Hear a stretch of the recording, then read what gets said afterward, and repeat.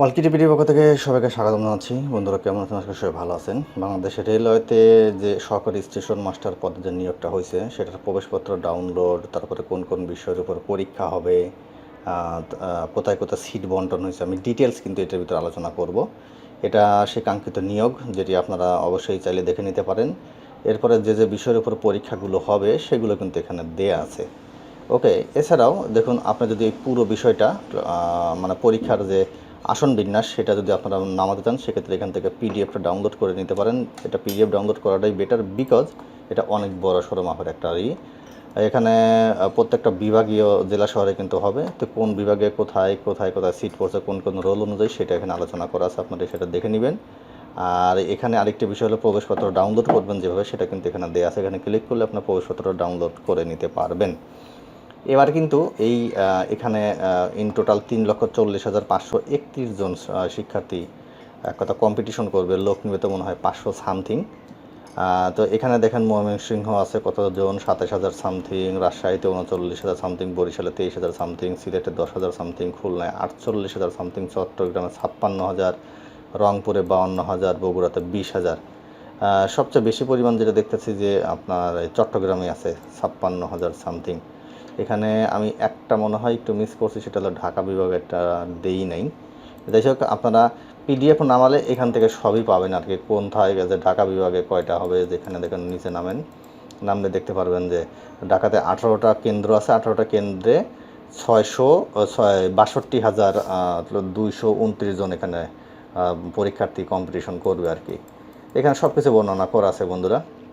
আমি এই পুরো লিঙ্কটা আমার একদম প্রথম কমেন্টে দিয়ে দিয়েছি, ওইখান থেকে আপনারা চাইলে ক্লিক করা মাত্র নামায় নিতে পারবেন, সব কিছু দেখে নিতে পারবেন, চিন্তার কোনো কারণ নাই।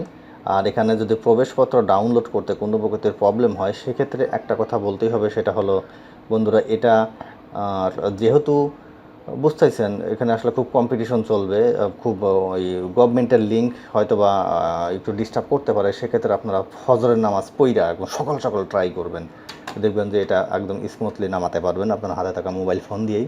আরেকটি বিষয় হলো যে যদি নিজে থেকে তারপর না পারেন, সেক্ষেত্রে আমি বলবো আপনার বাড়ির পাশে যে কম্পিউটারের দোকানগুলো আছে আপনারা সেখানে যান, সেখানে গিয়ে ওদের মারফতে আপনারা এটা নামান। কারণ আপনি মোবাইল ফোন দিয়ে নামানোর পরেও কিন্তু সেটা আপনাকে মাস্ট বি প্রিন্ট আউট করতেই হবে।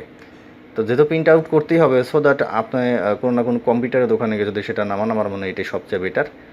আর এখানে যে বিষয়টা দেখতেছেন যে কোন কোন বিষয়ের উপর পরীক্ষা হবে, দেখুন তফসিল 6, এখানে সহকারী স্টেশন মাস্টারও কিন্তু এই ক্যাটাগরিতে তাদের পরীক্ষাটা হবে।